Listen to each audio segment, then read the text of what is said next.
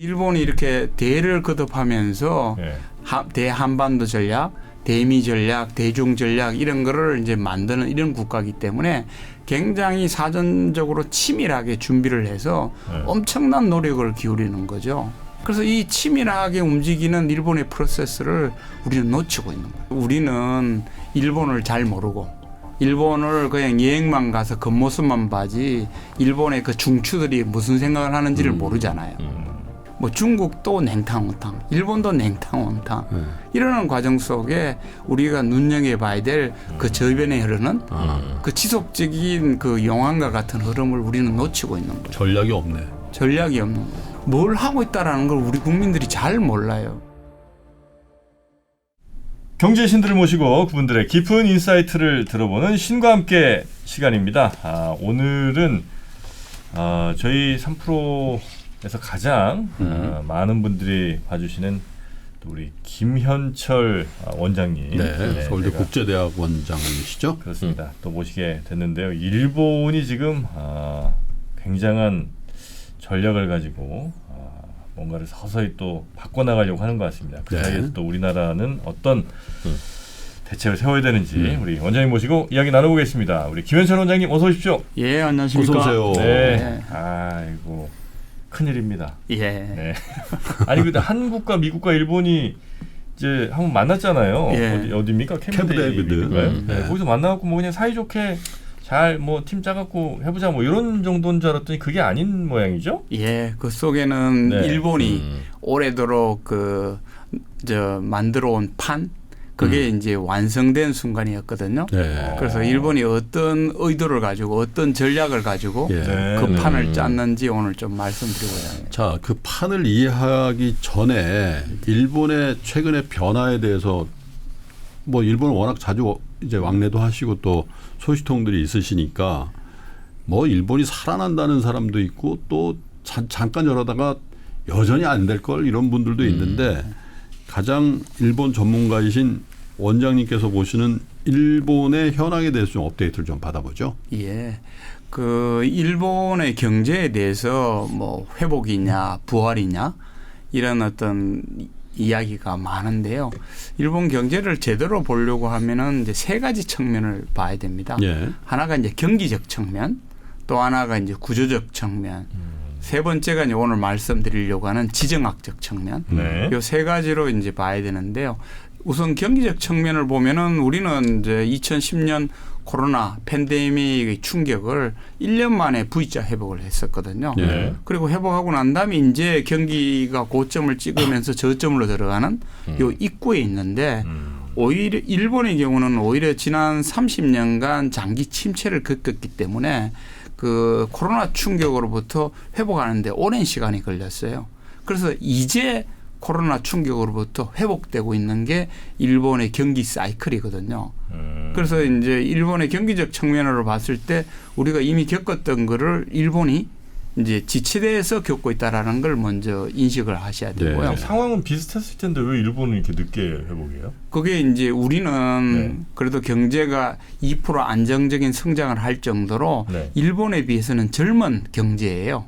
그렇기 때문에 뭐 감기든 이렇게 쇼크가 와도 그러면 하룻밤 자고 나면은 그러면 회복되는 이런 어떤 탄력성을 가지고 있는데 일본은 30년간 장기 침체를 거듭하다 보니까 한번 쇼크가 오면은 회복하는데 상당히 오래 걸리는 이 늙은 경제 체질인 거죠.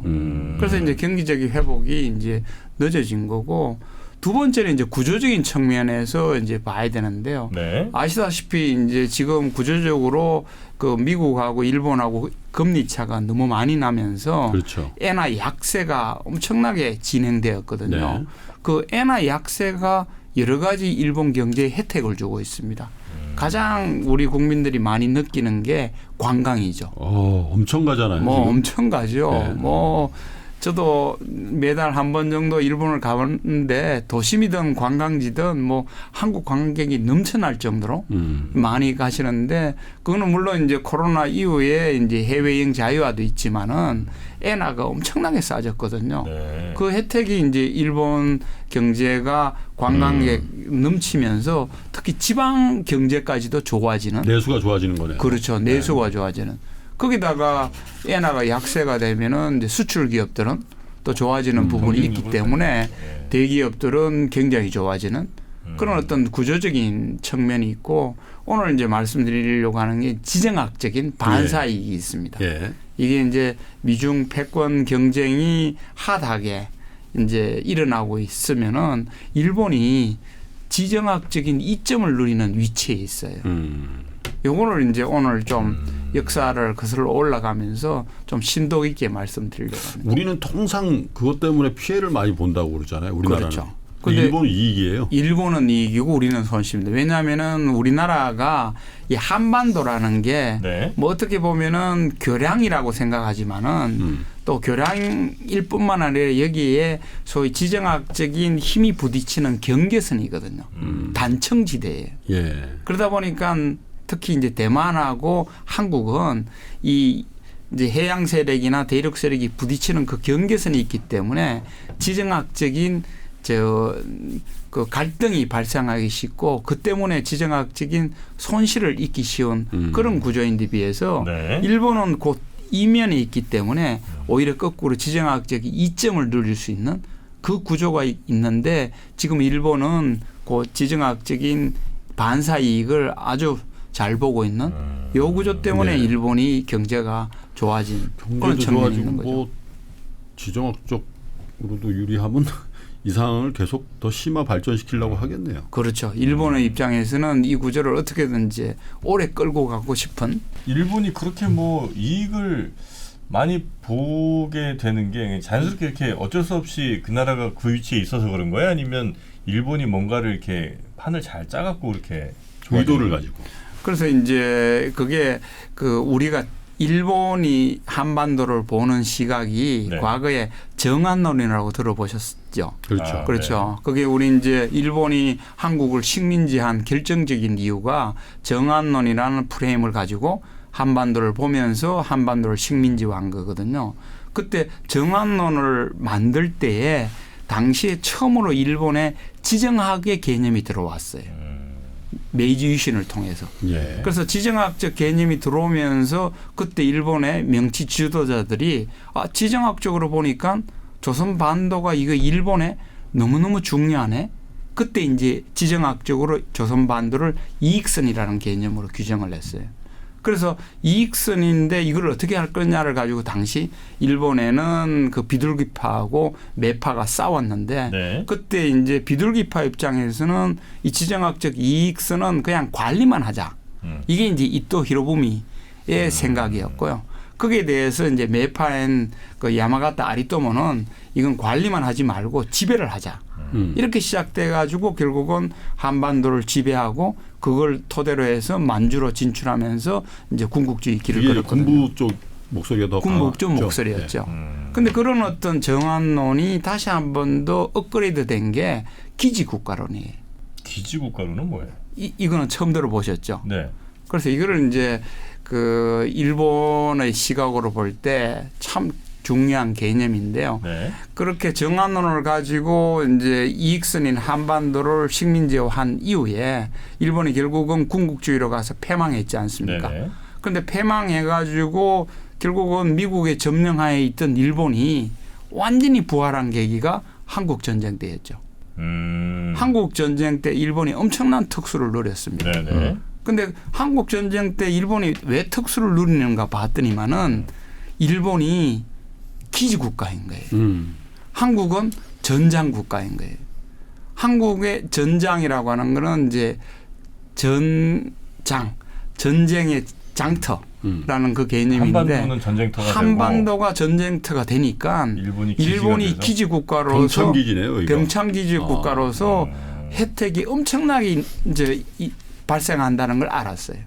그 다음부터의 이제 정안론자라든지 이제 일본의 그 지배층들은 한반도를 전장 국가하고 기지 국가라는 개념으로 보기 시작한 거죠.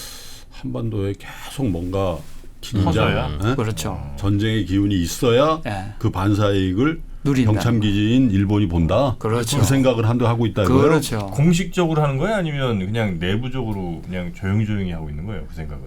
지배층들은 다 알고 있는 그래요? 정안론 이런 것도 우리는 그냥 지배층이 갖고 있었던 그 생각을 이제야 알고 있지만은 예를 들어 전장국가나 기지국가 이거는 일본의 지배층들은 다 의식하고 생각하고 있는데 그래요? 우리가 너무 모르는 거죠. 아, 기분. 그러니까 기분은 별로 안 좋은데 뭐 그럴 것 같아요. 그러니까 그렇죠. 그냥 우리 한국을 이웃으로 생각 안 하고 그냥 대상으로 생각하면 그래 저기서 뭔가 시끄러워야 우리가 뭐 먹는 것도 있지. 생각은 그렇게 할 수 있는데 냉정하게는. 그렇죠. 근데 생각을 그렇게 하는 거랑 실제로 그렇게 되는 거랑은 좀 다를 텐데. 다르죠. 그런데 이제 우리는 일본을 잘 모르고 일본을 그냥 여행만 가서 겉모습만 봐지 일본의 그 중추들이 무슨 생각을 하는지를 모르잖아요. 그런데 일본은 아시다시피 모든 많은 정치가들이 세습 정치가들이지 않습니까? 그렇죠. 그러면 세습 정치가들은 할아버지 꿈이 뭐고 아버지의 의지가 뭔지를 알겠죠. 이게 그냥 집안의 무릎팍 위에서 알게 되는 거예요. 그렇기 때문에 정안론이 뭔지 기지국가론이 뭔지를 이거는 그냥 무릎팍 위에서 그냥 DNA처럼 받아들여 가지고 그 사고의 틀을 형성하는 거거든요. 이걸 우리는 놓치고 있는 거죠. 그래서 우리나라를 전장으로 만들기 위해서 뭔가를 일본이 계속 노력을 해야 아니면 그렇게 되면 좋겠다 이런 정도예요. 근데 이제 일본이 이렇게 대를 거듭하면서 예. 대한반도 전략, 대미 전략, 대중 전략 이런 거를 이제 만드는 이런 국가이기 때문에 굉장히 사전적으로 치밀하게 준비를 해서 엄청난 노력을 기울이는 거죠. 그래서 이 치밀하게 움직이는 일본의 프로세스를 우리는 놓치고 있는 거예요. 우리는 그냥 뭐 일본이 붐이다 그러면 일본에 몰려갔다가 다음에 중국이 붐이다 그러면 다 중국 전문가가 됐다가 냉탕 온탕이 너무 급하죠. 그러면서 우리는 싫다 그러면 또 막 불매 운동하고 있다가 또 어느 날 또 갑자기 또 일본 막 붐이고. 그렇죠. 뭐 그것뿐인가요? 중국 보세요. 박근혜 정부 때는 중국 공산당 70주년 전승 기념일에 천안문 광장에 올라갔지 않습니까? 근데 지금은 다 혐중 정서, 네. 뭐 차이나 리스크, 차이나 뭐 이런 싫다는 이런 분위기로 냉탕 옹탕이 뭐 중국도 냉탕 옹탕, 일본도 냉탕 옹탕 이러는 과정 속에 우리가 눈여겨봐야 될 그 저변에 흐르는 그 지속적인 그 용암과 같은 흐름을 우리는 놓치고 있는 거죠. 전략이 없네. 전략이 없는 거죠. 아니 일본이 그러면 우리나라를 그런 전장으로 만들기 위해서 뭘 해요 지금? 그렇죠. 이게 이제 제가 새로 낸 책의 핵심인데 네네. 뭘 하고 있다라는 걸 우리 국민들이 잘 몰라요. 예를 들어 인도 태평양 전략. 네. 이거는 이제 미국이 2017년 트럼프 정부가 인도 태평양 전략을 가지고 이제 미중하고 패권 전쟁을 시작했잖아요. 네. 그러면서 이제 바이든 정부에서는 트럼프가 한 무역 전쟁을 첨단 기술 전쟁으로 이제 전이시키면서 지금 미중 패권 전쟁을 하고 있지 않습니까? 그런데 이 미중 패권 전쟁의 가장 중요한 프레임워크가 인도 태평양 전략인데 이 인도 태평양 전략을 일본이 치밀하게 만든 전략인지 우리 국민이 몰라요. 그걸 만들어서 미국으로 하여금 하게끔 한 거예요? 그렇죠. 그 프로세스를 우리 국민들은 모르고 있는 거예요. 말씀 좀 해줘가지고. 그래서 이게 인도 태평양 전략이 이제 굉장히 중요한 게 첫 번째가 이거는 일본 전략이라는 걸 아셔야 되고요. 네네. 일본이 이 전략을 만들어서 오래 전부터 이거를 끊임없이 이 전략을 만들면서 각국을 설득하고 마지막에는 이제 미국 대통령까지 설득을 해서 이게 이제 그 미중 패권 전쟁의 그 기본 개념이 된 게 이제 첫 번째 이제 알아야 되고요. 네. 두 번째는 여기에서의 인도라고 하는 게 그 국가 인디아가 아니거든요. 인도양 근처. 인도양인 네, 거예요. 네, 네. 그러면 인도양이라고 한다는 거는 일본의 입장에서 인도 태평양 전략을 만들었을 때는 인도양에 있는 국가들하고 태평양에 있는 국가들이 힘을 합쳐가지고 네. 해양 세력에 반대되는 대륙 세력을 봉쇄하자는 개념이에요. 이거는 해양 전략이에요. 네. 왜 일본이 해양 국가이기 때문에. 그래서 그렇게 만든 인도 태평양 전략은 결국은 해양 세력 전략이고 네. 그 의도의 핵심은 중국을 봉쇄하겠다는 대륙 세력인 중국을 봉쇄하겠다는 전략인데 우리는 모르고 거기 따라 들어가고 하는. 일본 입장에서는 혹은 뭐 미국 입장에서도 워낙 이제 중국과의 이 패권 전쟁이 좀 세니까 인도 태평양 이렇게 묶어갖고 중국을 압박하는 건 미국 이익에 잘 부합한다라고 판단할 거 아닙니까? 근데 사실은 이게 좀 이따 설명드리겠습니다만은 일본이 인도 태평양 전략을 만들었을 때는 네. 미국의 대통령이 오바마 대통령이었어요. 근데 오바마 대통령은 인도 태평양 전략을 잘 안 받아줬어요. 왜 안 받아줬는가 하면은 이게 해양 전략이라는 걸 알고 네네. 더군다나 그 당시 이걸 만든 아베 정권이 이런 어떤 안보 전략보다는 역사 수정주의 그래서 위안부도 부정하고 강제징용도 부정하고 막 이러고 있으니까 네. 이게 오바마 입장에서는 야, 너 그런 인권도 무시하는 국가가 무슨 인도 태평양 전략이냐? 라고 좀 거리를 뒀던 거죠. 그런데 이제 미국에서 정권이 이제 트럼프 정부로 바뀌니까 네. 이 트럼프 정부의 시각은 또 오바마 민주당 정권하고 완전히 달랐어요. 인권 이런 거 별로 필요 없고 네. 그 당시 이제 트럼프는 이익, 국가 이익, 뭐 장사, 비즈니스 이런 걸 하고 특히 그 당시에 이제 미국의 입장에서는 트럼프가 그 당선된 결정적인 계기가 네. 중서부에 있는 그런 러스트 벨트에 있는 백인 하청 노동자의 지지를 가지고 그렇죠. 당선이 됐잖아요. 네. 그런데 그 백인 하청 노동자가 몰락한 결정적인 계기가 2001년에 중국을 WTO로 가입함으로 해가지고 메이드 인 차이나. 예, 메이드 인 차이나가 미국 시장에 본물듯이 밀려옴을 해가지고 중소부의 제조업이 몰락했거든요. 그러니까 이제 트럼프 입장에서는 자기를 당선시킨 최대의 지지 기반의 사람이 중국을 싫어하는. 이러니까 그러면은 중국을 때리겠다. 그럼 뭘로 때리겠냐? 무역으로 때리겠다. 이런 이제 분위기가 형성됐고 또 제 책에서는 이제 그 당시에 미국의 엘리트층들이 생각이 바뀌어요. 오바마 때는 인권이라든지 뭐 이런 걸 중시하다가 이거 가만히 보니까 중국이 너무 커져오는 거예요.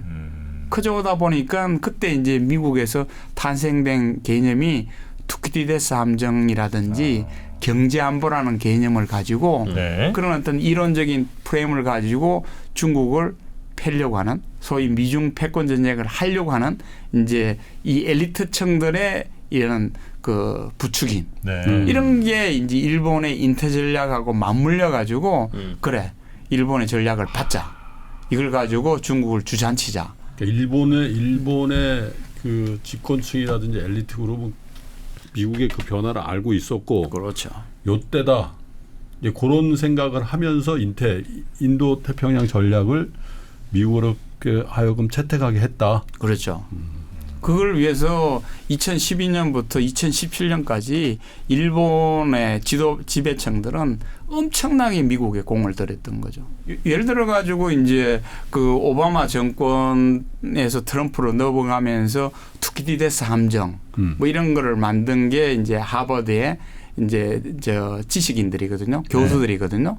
이런 사람들한테 끊임없이 이제 자료를 갖다 주고 장학금도 주고 세미나도 열어주고 이런 걸 할 뿐만 아니라 이걸 뒷받침해 주는 소위 네오콘 그 공화당의 강경파 이런 사람들한테 끊임없이 그 이제 그 로비도 하고 뭐 헌금도 주고 뭐 이런 식으로 하면서 끊임없이 이제 일본에 공을 들였던 거죠.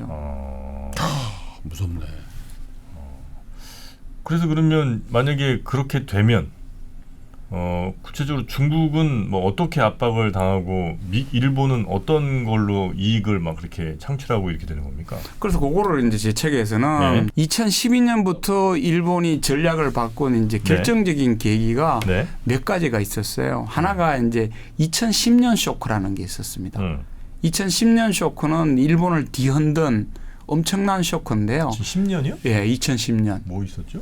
2010년은 우리는 잘 모르는데 2010년은 일본이 세계 경제 2위의 자리를 중국한테 내준 해가 2010년이에요.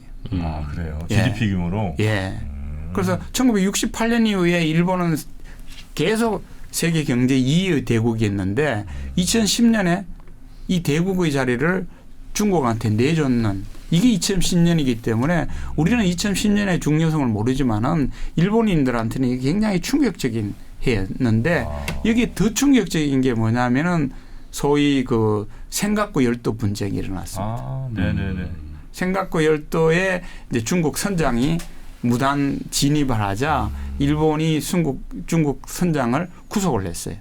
거기 그러자 중국이 야 그건 분쟁 지역인데 왜 우리 선장을 체포해 놔줘라고 했는데 일본이 노하자 중국이 히토류 검수를 조치를 취해버린다. 네. 그러자 일본은 항복해가지고 선장을 풀어줬어요. 항복했어요 일본이? 항복했죠. 그래서 2010년은 일본의 우익들에 있어서는 치욕해요. 중국에 무릎 꿇어내요. 이때부터 일본에는 현중 전서가 엄청나게 확산되면서 이 중국에 대한 복수, 보복 이게 이제 시작된 거죠. 근데다가 아시다시피 2011년에 또 한 번 쇼크가 있었죠. 뭐예요? 동북 대지진이 있었죠. 그렇죠. 쓰나미. 쓰나미가 있어가지고 원자력 발전소까지 폭파하는. 네네네. 이거는 일본의 뭐 최대의 재앙이 있었는 거. 또 2012년에 또 한 번에 세 번째 쇼크가 있었습니다. 뭐예요? 그 뭐냐면은 이명박 대통령이 독도를 방문해서 천황에게 사과하라는 그 이제 한 게 2012년인데 이거는 일본의 보수 우익들한테는 더욱더 용서할 수 없는 일이에요. 아, 이게 큰 사건이에요? 예. 왜냐면은 중국한테 무릎을 꿇은 거야. 어쩌면은 뭐 대국이라는 어쩔 수 없다라는 힘의 논리가 있었지만은 한국은 자기들이 식민지한 나라였잖아요. 그러니까 기존에 있던 혐중 정서에 혐한 정서가 덧붙이면서 일본 사회가 완전히 우경화되는 결정적인 해가 2010년 11년, 12년에 터졌는데 그 12년 말에 정권을 잡은 사람이 아베였던 거죠. 그래서 아베가 나올 수밖에 없는 상황이 그렇죠. 됐겠군요. 그렇죠. 그리고 아베가 인도 태평양 전략을 이 만들 수밖에 없는 일본의 국내 사정이 있었던 거죠. 우리가 이걸 놓치고 있는 거죠. 제가 기억이 나는 게 트럼프 대통령 당선인 시절에 당선인 되자마자 아베가 뉴욕에 트럼프 사저에 갔잖아요. 제일 먼저 찾아갔죠. 그때 그때 이미 그걸 빨리 해야 되겠다 이런 생각이 있었나 봐요. 그렇죠. 그러니까. 그리고 바로 골프 치러 가가지고 저 어디서 예. 저 플로리다 거기 예. 마라라고인가요? 그렇죠. 거기서 골프 치고 막 굴러당긴 게 거긴가요? 그렇지. 이거 넘어지고 말했었잖아요. 그거는 이제 다시 트럼프를 일본에 초대했을 때 또 한 번 골프장에 초대했다가 어떻게든 트럼프를 빨리 따라가려고 벙커에 나오다가 이제 아베가 뒤로 그렇죠. 뒹굴어졌는 그러니까 필사적이었다는 거죠. 필사적이었어요. 왜냐하면 오바마에서는 노라는 네. 그 시그널을 받았는데 트럼프로 바뀌자마자 진짜 찬스다. 지금 말씀하신 것처럼 당선인 시즌에 제일 먼저 찾아간 그러니까요. 국가 수반이 아베였어요. 그게 이제 일본의 필사적인 노력. 그거의 핵심은 뭐냐면은 해양 국가끼리 뭉쳐서 일본을 봉쇄하자는 중국을 봉쇄하자. 중국을 봉쇄하자는 일본이 추구하는 일본의 이익 혹은 뭐 미래 그건 어떻게 되는 겁니까? 그래서 이제 이게 그 한중일 삼각연대 네. 캠프 데이비드 한미일 삼각연대. 한미일 삼각연대의 손익계산서를 정확히 해야 돼요. 네. 그래서 제 책에서의 핵심은 한미일 삼각연대의 미국의 이익은 뭔지, 손실은 뭔지, 일본의 이익은 뭐고 손실이 뭐고, 한국의 이익은 뭐고 손실이 뭔지를 네. 정확히 이제 분석한 건데요. 네. 일본은 예를 들어가 지금 이제 그 경기적, 구조적, 지정학적 지금 이익을 보고 있기 때문에 경제가 좋다 그랬지 않습니까? 그 이제 근본적인 이유가 조금 전에 말씀드린 기지국가로서의 이익이에요. 왜냐하면은 지금 그 전장 국가가 전장지대가 어디에 지금 형성되고 있는가 하면은 대만하고 한국에 형성되고 있잖아요. 그러면은 일본이 기지국가로서 어떤 혜택을 누리는가 하면은 전장지대에 있는 기업들이 일본으로 탈출하는 거예요. 예를 들면 TSMC가 왜 구마모토에 공장을 짓겠어요. 물론 그 뒤에 있는 더 큰 기지국가 이거는 뭐 기지국가 본토인 미국에도 공장을 짓지만은 일본으로도 빠져나가고 있는 거거든요. 그뿐만인가요? 한국의 삼성전자가 역감으로 연구소를 일본 만들면서 투자를 하잖아요. 뭐 거기뿐인가요? 미국의 마이크론 IBM, 인텔이 일본에 투자를 하지 않습니까? 네네네. 뭐 그런 투자를 떠나가지고 중국 경제가 흔들리면은 그 자금이 어디로 갈까요? 일본으로 가잖아요. 그래서 일본의 주식시장 지금 너무 좋죠. 중국의 부동산이 흔들리면은 그 자금이 어디로 갈까요? 일본의 부동산이 그래서 오른다는 얘기. 엄청나게 오르죠. 그래요. 그렇죠. 이게 일본이 주식을 사서 주가가 오르고 일본인들이 부동산을 사서 부동산 가격이 오르는 게 아니라 네. 기지국가로서 세계의 자금의 흐름이 동북아에서 이동되고 있는 그런 측면도 함께 고려해야 되는 거예요. 그러네요. 근데 특히 이제 기지국가로서 TSMC라든지 반도체 이 부분은 미국이 중국을 반도체 패권에서는 절대 용납 못한다고 했잖아요. 그러면은 아시아에서 반도체 기지국가가 어느 나라가 되겠어요? 일본이 되는 그게 거예요. 한국이 안 된 이유는 북한과의 그 대립 내지는 대결 구도 때문에 디폴트를 그렇죠. 갖고 있는 리스크 때문에 그런 거예요. 그렇죠. 왜냐하면은 대만에서 TSMC를 빼는 이유가 미중 경쟁 속에 대만이 혹시 전장화되면은 TSMC는 대만의 그런 기업이 아니고 이건 세계의 사활을 거는 기업이 돼버렸잖아요. 그러면 어떻게든 빼야죠. 그래서 TSMC는 사실 대만을 떠나고 싶지 않았어요. 대만을 떠나고 싶지 않았는데 이게 세계적인 이 지정학적인 긴장이 대만에 있으니까 미국으로 빼라. 일본으로 빼라 하니까 어쩔 수 없이 빼고 있는 거거든요. 근데 또 그 주식시장 얘기도 일부 하셨지만은 주식시장에서 좀 충격적인 일이 있었던 게 네. 워런 버핏이 TSMC를 크게 샀다가 팔고. 그걸 단기간에 그냥 다 전량 다 팔아버렸단 말이에요. 그렇죠. 그러고 나서 그런 일들에 대한 얘기들이 나왔단 말이에요. 그래서 그 워런 버핏도 TSMC 자체가 나쁜 게 아니고 내가 왜 그런 예측할 수 없는 지정학적 리스크를 져야 되냐 이런 얘기를 했단 말이죠. 참 리스크 싫어하지. 그리고 이제 TSMC를 팔고 어디를 샀는지 아시잖아요. 일본 상사 일본은 상사를 샀는 거잖아요. 물론 그 전에부터 사긴 샀었어요. 예. 일본 상사를 산 이유가 지정학적인 병참 기지가 어딘지를 아는 거죠. 아 상사가 조달하는 데죠. 그렇죠. 병참 회사잖아요. 상사라는 게.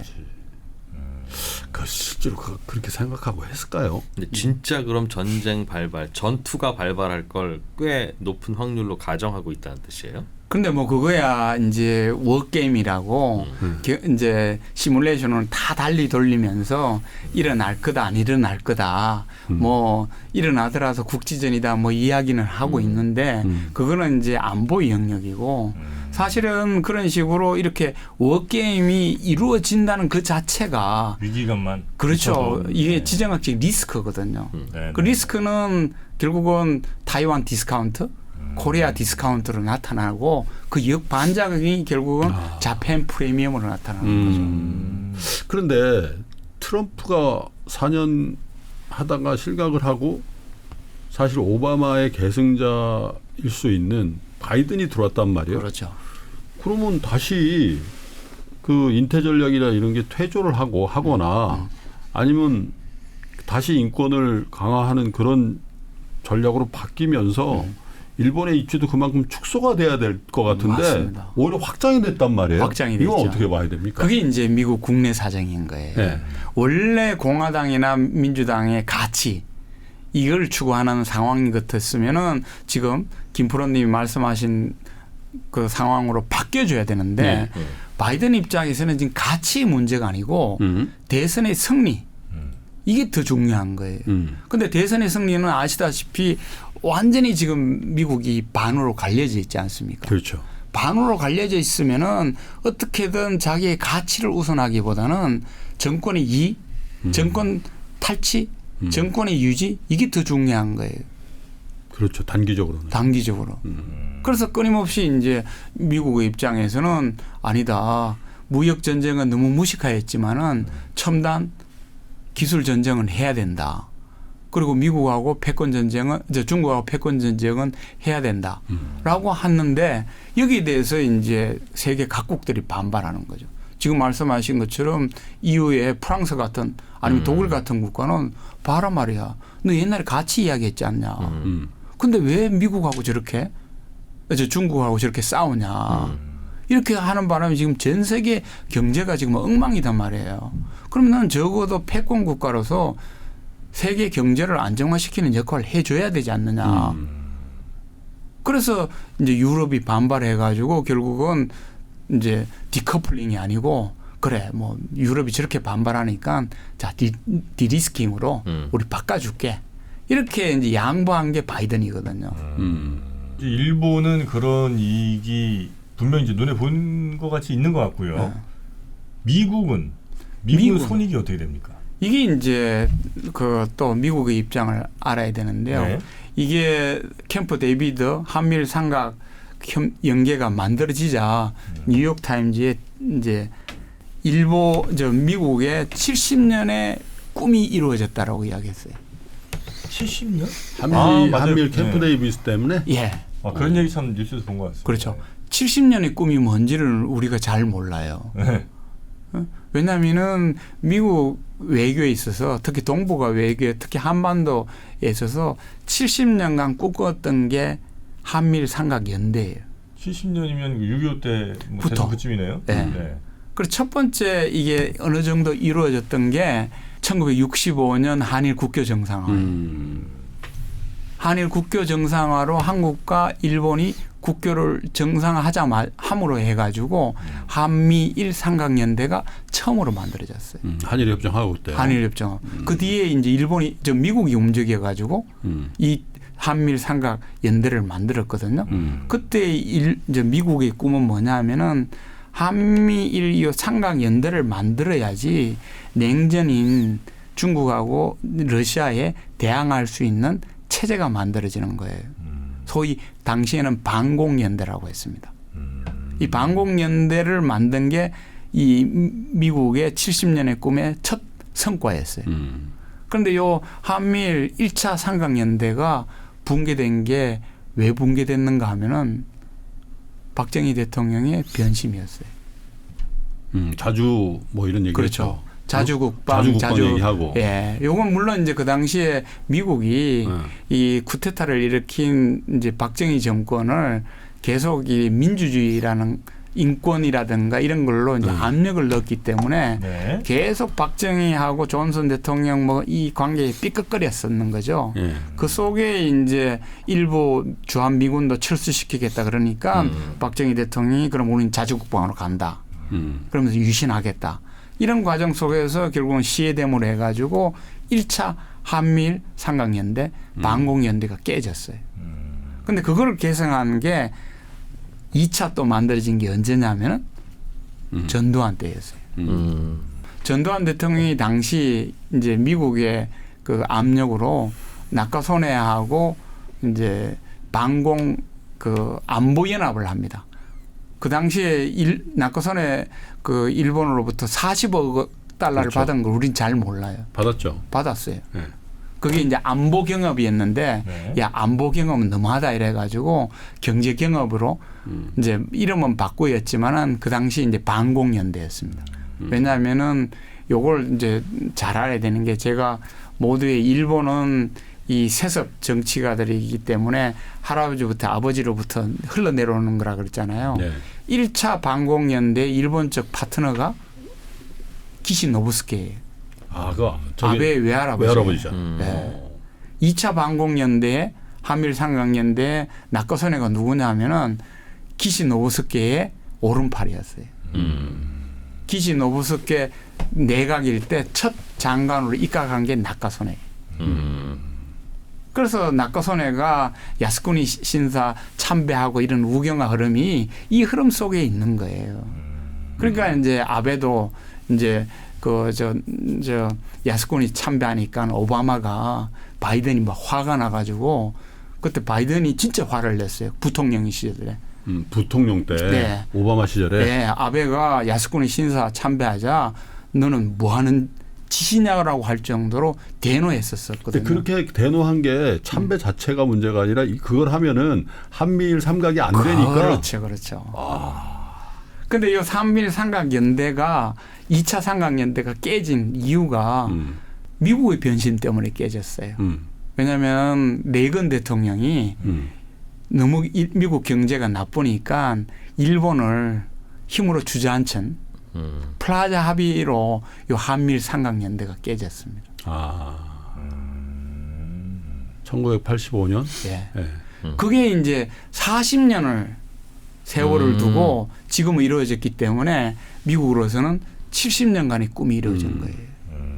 근데 이 70년간 꿈 속에 이제 단순한 이런 반공연대, 중국 봉쇄연대뿐만 아니라 지금은 미국 경제가 안 좋기 때문에 네. 이런 어떤 중국 봉쇄 이런 돈, 경비, 군사력을 일본하고 한국한테 자꾸 떠넘기려고 하는 거죠.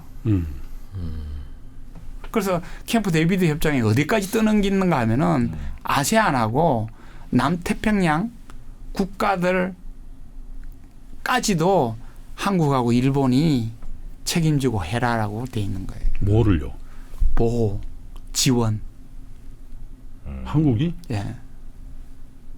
우리가 그걸 어떻게 할 수 있나? 그래서 미국은 그런 이유로 이제 인태 전략에 맞아. 적극적으로 또 참여를 하게 되고 예.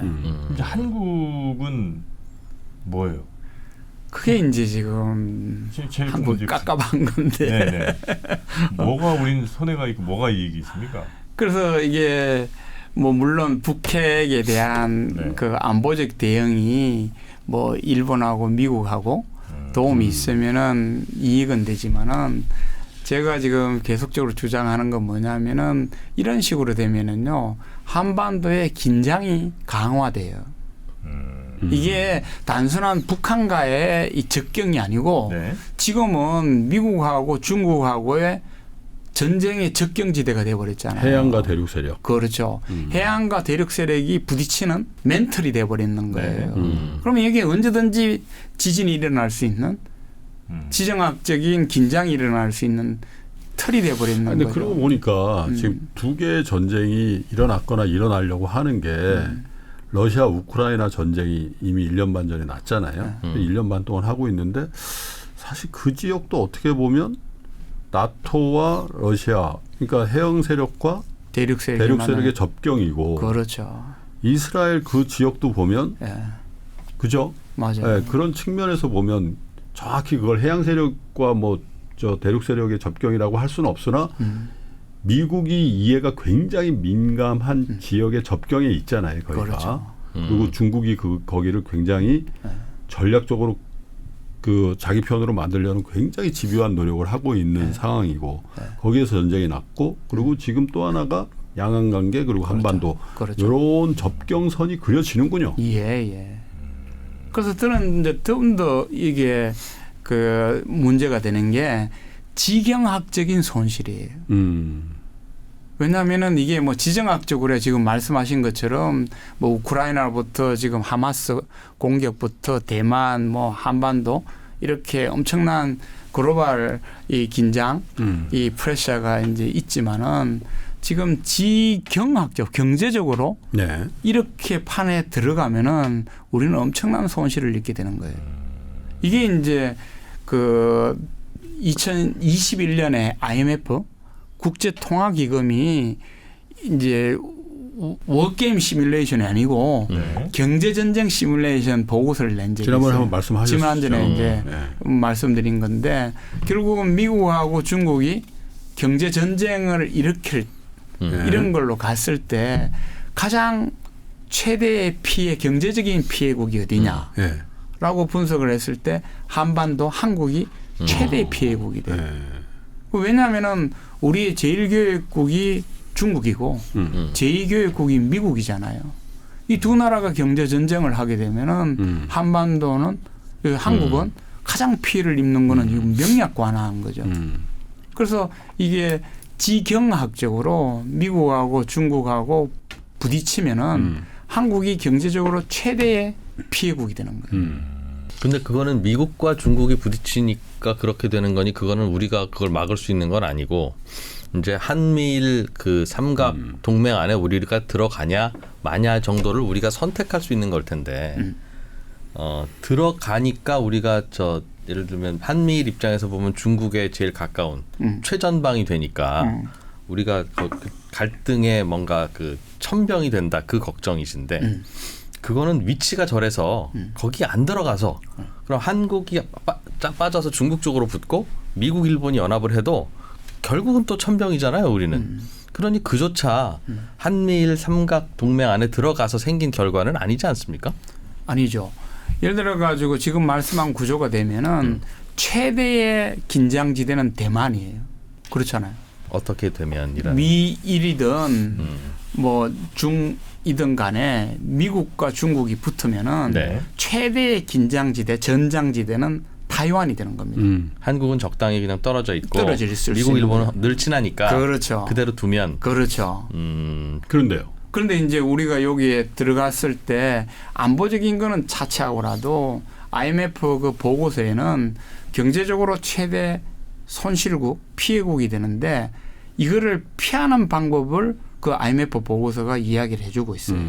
그 피하는 방법이 뭐냐면은 미국하고 중국하고 아무리 싸우든 일본이 그게 붙어가지고 같이 싸우든 간에 우리의 국익을 지키는 최대의 방법은 중국하고도 거래하고 미국하고도 거래하는 거예요. 이게 IMF 보고서가 적시를 하고 있어요.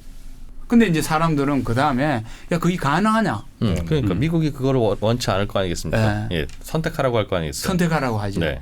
그게 가능하냐? 그 대답이 이제 이 책의 핵심이 되는데요. 그럼 가능하죠. 왜냐하면은 조금 전에 1차 한미일 연대, 2차 한미일 연대 때는 우리나라가 세워만한 국가였어요. 개발도상국이었어요.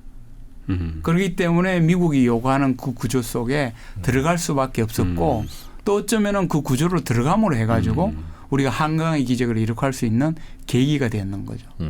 그런데 지난 30년간은 우리나라가 어땠냐면은 오히려 그 탈냉전 이후에 우리는 탈이념한 노선을 취했어요. 왜냐하면 그 당시에 우리나라는 민주화가 일어나가지고 더 이상 반공이라는 개념이 안 통했잖아요. 지난 30년간. 그러면서 우리나라가 전 세계로 나가가지고 이제 교역을 했지 않습니까? 그때 교역할 때 중국하고도 교역하고 러시아하고도 교역하고 그렇긴 하죠. 뭐 비민주주의 국가 하다못해 쿠데타가 일어나는 국가, 전쟁이 일어나는 국가까지도 우리가 그렇죠. 시장을 넓혔잖아요. 그 바람에 우리나라가 선진국이 됐잖아요. 그래서 그때의 지난 30년간은 우리가 한미일 삼각연대로 들어가지가 않고 그 이념 진영에 들어가지 않고 탈이념화 해가지고 우리 국익만을 보면서 세계적인 경제 영토를 넓힘을 해서 우리 선진국이 되었거든요. 그런데 지금 이 판에 들어가야 되느냐? 그런데 IMF는 들어가면은 안 된다고 이야기하지 않습니까? 그런데 이제 자, 안 들어가도 되냐라고 하면은 세울 때는 들어갈 수밖에 없었지만은요. 지금과 같이 우리나라가 돌고래라 이거죠. 선진국이 되고 이런 고래와 같은 크기가 되면은 안 들어갈 수 있다라는 거예요. 왜 안 들어갈 수 있냐 하면은 이게 굉장히 중요한데요. 미국의 힘이 옛날 같지 않아요. 미국의 힘은 911으로부터 꺾이기 시작했어요. 그 전까지만 해도 패권 국가거든요. 지원이었어요. 근데 911으로부터 상처를 받고 2008년 글로벌 금융위기로부터 경제적으로 충격을 받았잖아요. 그래서 이번에 하마스 이스라엘 전쟁이 터지자 뉴욕타임즈에 뭐라고 난지 아세요? 이거는 미국 힘이 빠진 증거다. 다극체제가 된 증거다라고 뉴욕타임즈에 나왔어요. 전 같으면 그렇게 못했을 못하죠. 텐데. 어떻게 하마스가 공격해요? 미국이 경찰 국가인데 이스라엘하고 같이 때려버리지. 그 정도로 이제 미국의 힘이 약해지다 보니까 이게 세계에 미국의 말을 안 듣는 국가가 너무 많이 생겨나거든요. 예를 들어가 인도 태평양 전략이라고 이제 만들어 가지고 하는데 인도 태평양 전략에서 왜 미국이 한미일 구조를 거기에 덧붙여서 만들려고 하는가 하면요. 인도가 말을 안 들어요. 인도 태평양 전략의 제일 중요한 첫 전진기지 인도가 이게 어떨 때는 러시아에 붙었다가 어떨 때는 중국에 붙었다가 어떨 때는 미국에 붙었다가 왔다 갔다 하는 거예요. 네.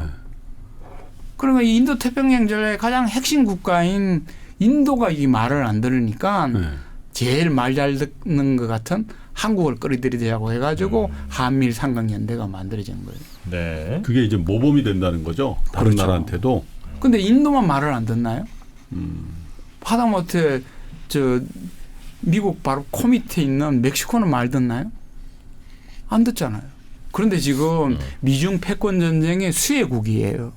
좌파 정권이죠. 거기. 좌파 정권일 뿐만 아니라 중국이 우회 수출 루트를 어디로 잡는가 하면은 아세안과 멕시코를 우회해서 미국으로 들어가고 있는 거예요. 그러면은 지경학적으로 멕시코는 지금 이익을 보고 있는 거예요. 그 미국 말 듣겠어요? 근데 그러고 나서 보니까 최근 들어서 우리가 좀 생경한 경제 지표 통계들이 나오잖아요. 성장률이 일본보다도 안 된다. 예를 들면. 그래서 야 이게 뭐 뜬금없냐. 우리가 이제 뭐 초고령 사회로 가니까 당연한 거다라고 은연중에 받아들이고는 있는데 근데 하필 이 시점에 이런 뉴스들이 나오고 일본이 부상한다는 얘기가 나오고 한국은 굉장히 힘들다라는 얘기들이 나오고 있고 그리고 국제적인 긴장도 한반도에 훨씬 더 강화되고 있는 모습이 나오니까 원장님 말씀이 훨씬 더 좀 뭐랄까 답답합니다 사실. 네. 네? 그러니까 뭔가 그래서, 선택을 우리가 잘못하고 있는 거면 그러니까 그 선택을 좀 잘해보자는 이제 그런 고민과 치열한 논쟁들이 지금 계속 있는 거라서 굉장히 중요한 주제인데 이게 물론 한국도 많이 크고 미국도 많이 몰랐겠지만 한국은 돌고래라면 일본은 한 상어쯤 되는 나라잖아요. 근데 일본도 미국과 중국 사이에서 줄타기하는 이런 거 못하고 그냥 우리 편은 일단 미국 편이야. 어쩔 수 없어라고 선택하는 이유가 그 인도는 미국에 뭘 팔 게 없고 팔면 중국에 팔거나 러시아에 파니까 결국은 굽히는 나라라고 하는 게 나한테 월급 주는 나라한테 굽히게 되는 거라서 그건 그렇게 되고 그러니까 사우디가 미국한테 굽히다가 이제 안 굽히잖아요. 사우디가 미국이 이제 월급 안 주니까. 그렇죠. 근데 일본과 우리나라는 계속 만들어내는 게 제조업이다 보니 그걸 중국이 시장이 커지셔서 중국에 팔기 시작하면 다른 문제지만 아직은 미국에 팔고 유럽에 팔아야 되는 거라 미국 유럽 쪽에 있어야 먹고 살지. 그게 과연 미국을 벗어나서 중국 쪽에 붙는다고 야 인도도 저렇게 됐고 사우디도 저렇게 됐는데 세상 바뀌었어. 코리아도 이제 우리 중립이야 라고 할 수 있는가 하는 생각이 걱정이 듭니다. 그래서 이제 IMF 보고서가 중국에 그 몰빵하라는 건 아니거든요. IMF 보고서가 미국하고도 거래하고 중국하고도 거래하라는 거거든요. 근데 예를 들어 가지고 지금 뭐 인도만 그러는 게 아니고 사우디, 튀르키예, 뭐 지금 이스라엘까지도 사실은 이러다가 지금 이제 미국의 눈밖에 나면서 지금 하마스가 공격에 들어온 거거든요. 뭐 그것뿐만 아니라 예를 들어 가지고 프랑스, 뭐 독일 이런 것도 결국은 지금 중국에 엄청나게 팔고 있는데 네. 미국의 압력을 받았거든요. 그때 독일에 하고 프랑스 반응이 굉장히 중요한데 프랑스는 뭐라고 그랬는가 하면은 나는 미국이 쫄개가 아니다. 우리는 전략적 자율성이 있다. 그래서 중국하고도 거래를 하고 너하고도 거래를 한다라고 이야기를 했고 독일은 뭐라고까지 해야겠는가 하면은 일극시대가 끝났다. 지금은 다극시대다. 그리고 우리는 너희하고도 거래하지만은 중국하고 거래한다라고 했고요. 하다못해 대만은 지금 그 안보를 완전히 미국에 의존하고 있지 않습니까? 네. 근데 얼마 전에 하웨이가 핸드폰을 만드는데 대만 기업들이 기여를 했다라고 나왔잖아요. 교육량이 엄청 늘었더군요. 그렇죠. 단계에서. 그래서 안보는 대만은 철저하게 미국에 의존하지만은 네. 지금 중국 시장을 가장 활발하게 개척하는 나라가 대만이에요. 사실은 그 전까지만 해도 중국 시장의 시장 점유율 1위 국가가 대한민국이었습니다. 네. 지금은 몇 위 국가가 된지 알아요? 4위?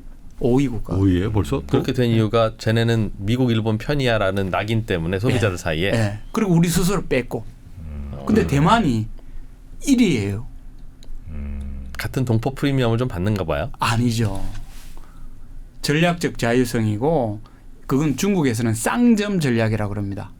미국도 찍고 중국도 찍는 거예요. 대만이. 대만이 양쪽 다 거래를 하는 거예요. 정경 분리인데 이제 2%가 계속 챌린지를 하는 게 야, 우리나라 입장에서 그게 정경 분리가 됩니까? 지금 남북한 이 대치 국면에서 예? 미군 주둔해 있는 상황에서 저들은 사실은 지금은 헤어져 있지만 5천 년 이상 같은 민족이었다.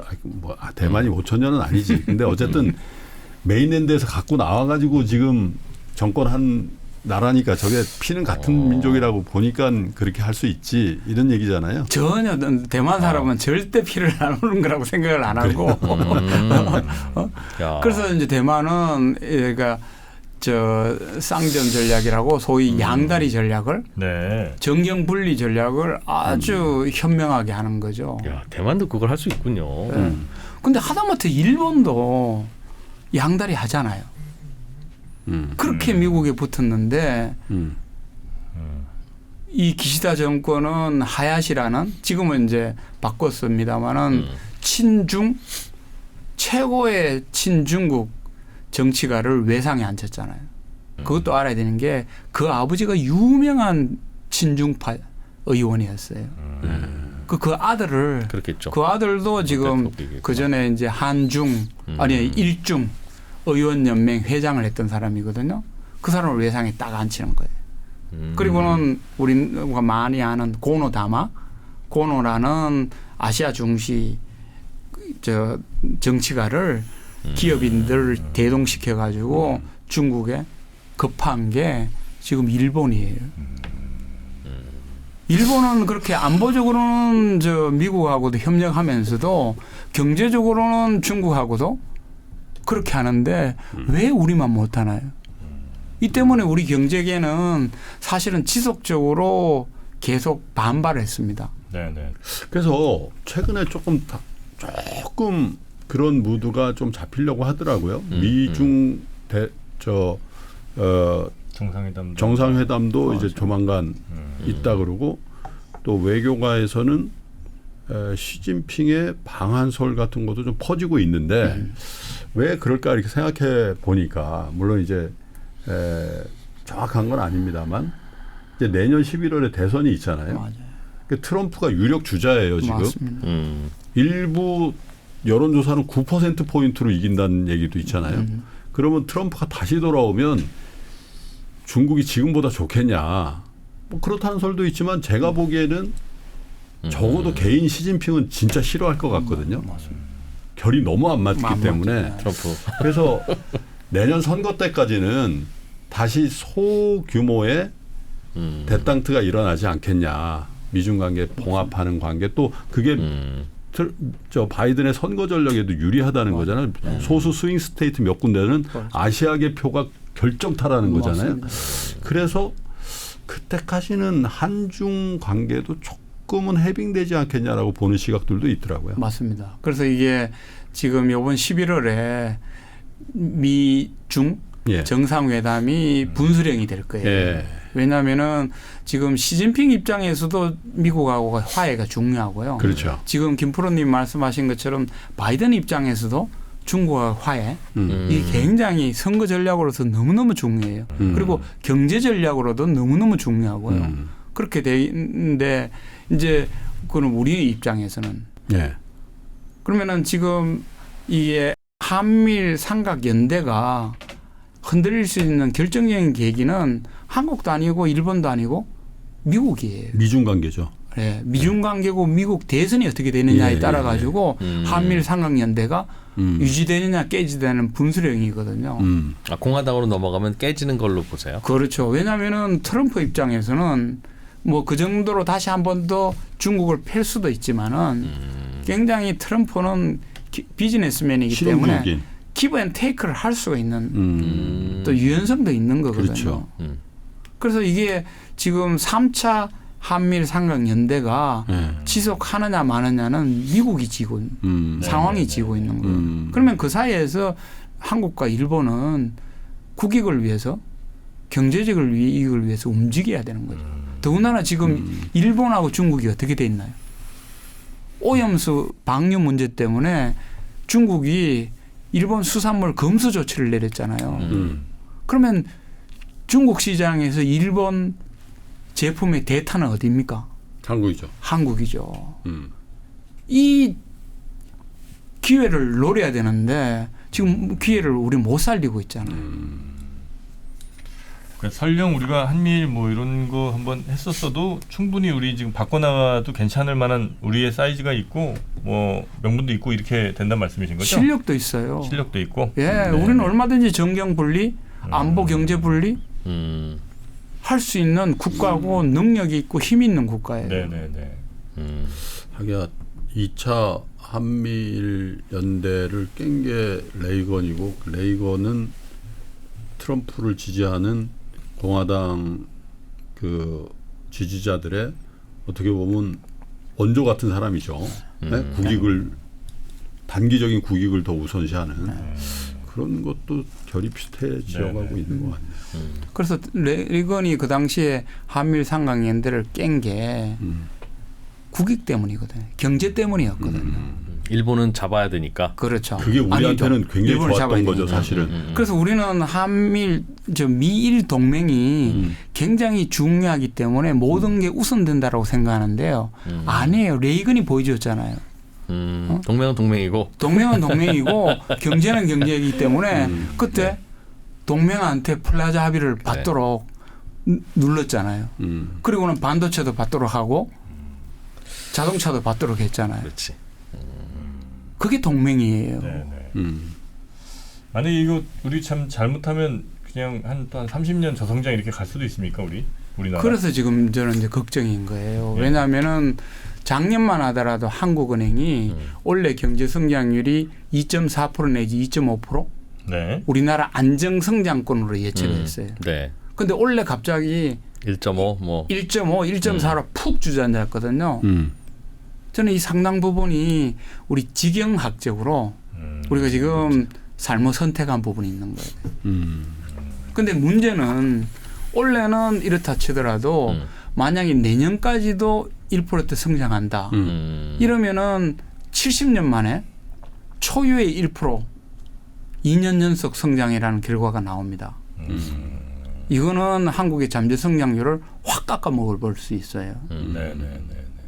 그래서 이제 한국은행 총재도 개인적인 의견으로서 저성장으로 들어갔다라고 선언했잖아요. 이야기했잖아요. 그래서 올해 내년에 경제 성장률을 보면서 한국이 30년 전에 일본을 따라갈지 말지 판단할 수 있는 굉장히 중요한 변곡점이자 분수령이 될 겁니다. 알겠습니다. 중국을 잘 잡으라는 얘기네요. 그러니까. 그래서 누구를 잘 잡고를 떠나가 우리는 통상국가이기 때문에 예. 배척하지 말아야 돼요. 그게 뭐 비민주적인 국가든 쿠데타가 일어난 국가든 개발도상국이든 선진국이든 우리는 자유롭게 우리가 지난 30년간 넓혀놓은 경제 영토 글로벌 경제 영토를 그냥 네. 활용하면 되는 거예요. 거기에 선긋기 너는 안 돼. 너하고는 거래 안 해. 너는 코 묻은 돈이니까. 뭐 너는 전체주의 국가니까. 너는 반민주 국가니까. 이 선을 끌 필요가 없는 거예요. 우리나라는. 경제적으로. 일본이 잘 되면 우리가 잘 안 되고 우리가 잘 되면 일본이 잘 안 되는 그게 확실히 좀 있어요. 물론 두 개 다 같이 경제적으로는요. 중국이 잘 돼도 우리가 좋고 네. 일본이 잘 돼도 우리가 좋고 미국이 잘 돼도 우리가 좋은 거예요. 그런데 그 속에더라도 이 윈루즈 관계가 이득 손실 관계가 있기 때문에 우리는 냉철하게 계산을 해야 되는 거예요. 그래서 이게 손익계산서 주판을 굉장히 잘 두드려야 되는 시점에 온 거예요. 일단 좀 냉정할 필요성이 있는 맞습니다. 것 같긴 해요. 지금 우리는 다분히 좀 정서적으로 접근하는. 그래 우리가 장사꾼 마인드가 없어. 그러니까 아니 또 장사는 잘하거든. 반만 년 이래 없는 것 같아. 우리 장사꾼 마인드는 참. 아니라니까 우리나라 장사꾼 기질이 있는 나라예요. 저 다음에 제가 장사학 개론을 한번 다시 또 말씀드리겠습니다. 네, 네. 하여튼 저 교수님 저 책을 오랜만에 쓰신 것 같아요. 그 어떻게 할 것인가라는 책이 2014년도인가 15년도 예. 그 무렵이었죠. 예. 그 이후에 일본이 저는 왜 자꾸 일본이 운다로 읽히는지 모르겠네. 그 마음이 자꾸 드러나는 거지 그러니까. 아니 아까부터 저 일본이 온다인데 일본 is coming. 예. 네. 이렇게 감정적으로 대응하지 말라는 거죠? 맞습니다. 그렇지. 쿨하게 대응했다. 그 일본이 들으면 얼마나 기분 안 좋겠습니까? 전략적으로. 일본에서 이거 다 모니터링 하더라고. 정부 리서치 또 의회 그렇게 입법조사 한마디 뭐 하고 이런 데서. 나면 또 가서 풀기가 되게 어려워요. 좀. 네.